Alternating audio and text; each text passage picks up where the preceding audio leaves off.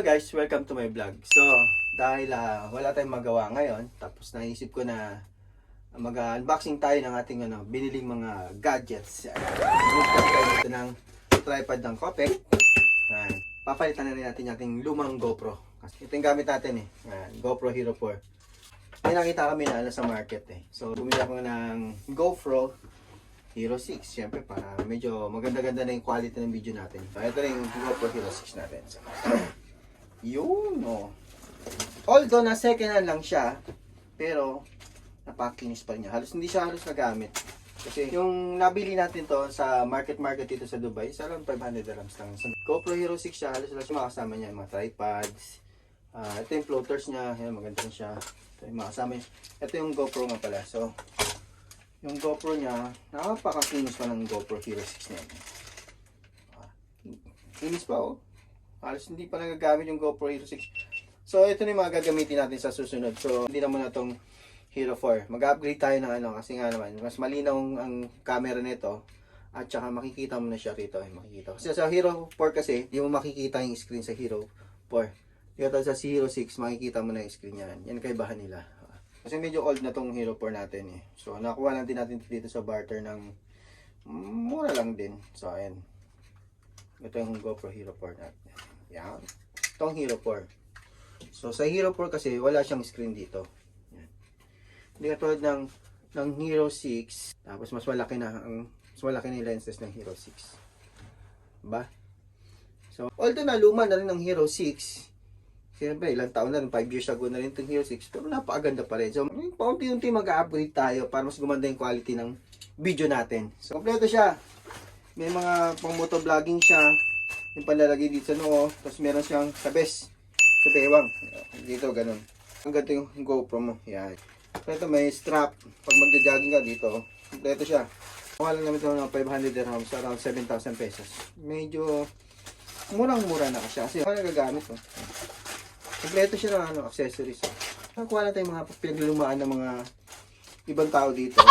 Kasi kaya bumili ka ng brand niya, alam mo kasi ito, kasama pa siya, mga ganito, mga top floaters Nakita sa dagat ka, lulutang to pagka nasilalim kayo. So, ito yung mga kasama niya. Ayan. Kabayan kasi yung may-ari ng GoPro. Kaya, medyo maayos, malinis pa, salos maingat pa. So, natsambahan din natin. Siyempre, dapat may backup yung Bumili tayo sa Noon. Baka naman, naubos na pera kasi noon, naka-order. Si Noon, katumbas ng natin yan katumbas ng Shopee, at saka ng Lazada. Dito sa Middle East, Noon. SD card na 256GB. 256GB lang yan. So, pwede na yan. Pumalakasan yan.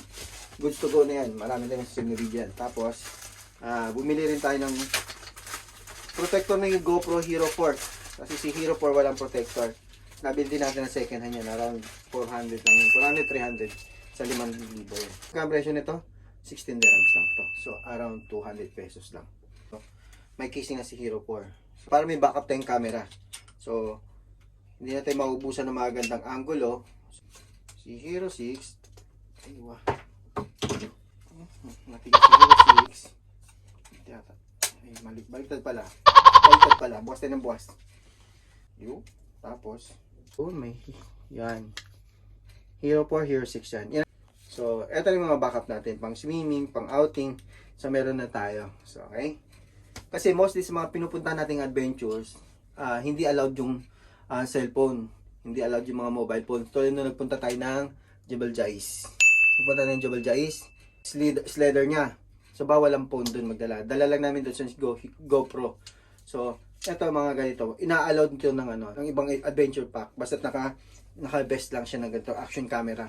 So, for safety purposes, itong action camera lang ang ina-allow ng ibang rito. Ibang adventure park. Kasi swimming tayo. Meron din tayo pang, waterproof. Yan, pang waterproof swimming. Punta ka sa mga rides yan, ganito yan.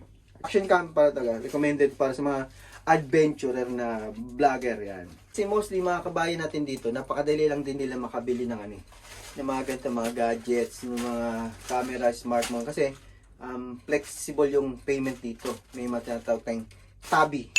Si Tabi is 4 months to pay. Credit card, napadali ko man ng credit card. Credit card, 6 months to pay. Meron 12 months to pay. Napakababa pa ng interest niya. Ito ang gadget, napakamura. Sure yan.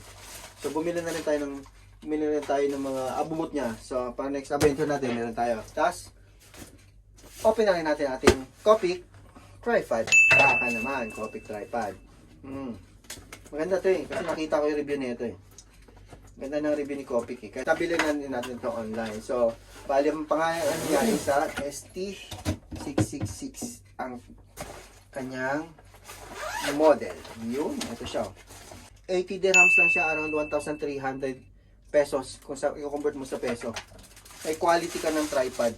Eto na, hindi na tayo maganda na yung setup niya. So, dahil mga asenso na yung pagbabloging kono-kono natin, content creator kono natin, so eto na nga siya. Kung bumili na tayo ng ganitong tripod.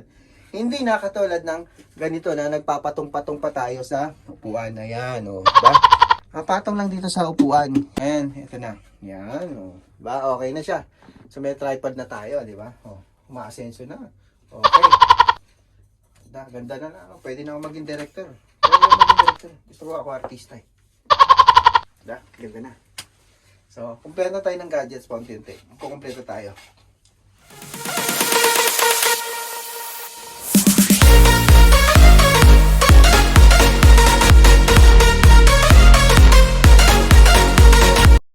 Ayun, naikapitan natin yung bagong Hero 6. So, napag-invest na tayo ng unti-unti ng ating action camera tsaka pang film. So, sa susunod na invest natin is yung high quality na mic. So, asahan nyo guys sa susunod na magiging high quality yung video natin at high quality na rin voice natin. Kasi marami nag-PPM sa amin na bakit daw napakahina ng boses na lumalabas sa amin. Kasi nga minsan kasi ito sa pinupuntahan namin, malakas ng hangin, medyo kulob. Tapos yung mic na nabili namin, although na quality naman bilhin kasi medyo mahal din yung mic na yun, 150 dirhams din yun, around 2,000 pesos din yun. Alam, syempre pagka mga adventure na pinupuntahan namin, nasasapawan kasi siya eh. So nasasapawan siya. So ito yung mic na binili namin eh. Yan, dalawang set na nga ito eh, mga ganito. So 30 dirhams na nga ito eh, so around 500 pesos, yung isa around 1,000 pesos. Yung mga, may bilhin nila kaming high quality na mic, mga ganitong adventure na vlog. Kailangan mo talaga ng mag-invest ng mic kasi nga dahil sa weather, tapos dahil sa pinuntahan nyo, minsan matataas na tulad ng punta kami sa Biljais. So, ang mangyayari, pinagpupuntahan ko na ngayon, bumili naman ako ng quality mic na, ayan, gato. High quality mic, yan. Ito may mic na yan, alam mo kano? So, 9,000 dirham, 900 dirhams is around 15,000 pesos. What? 15,000 pesos. Yan, 15,000. Yan ang i-invest ko sa sunod. Kasi nakuha ko na to eh.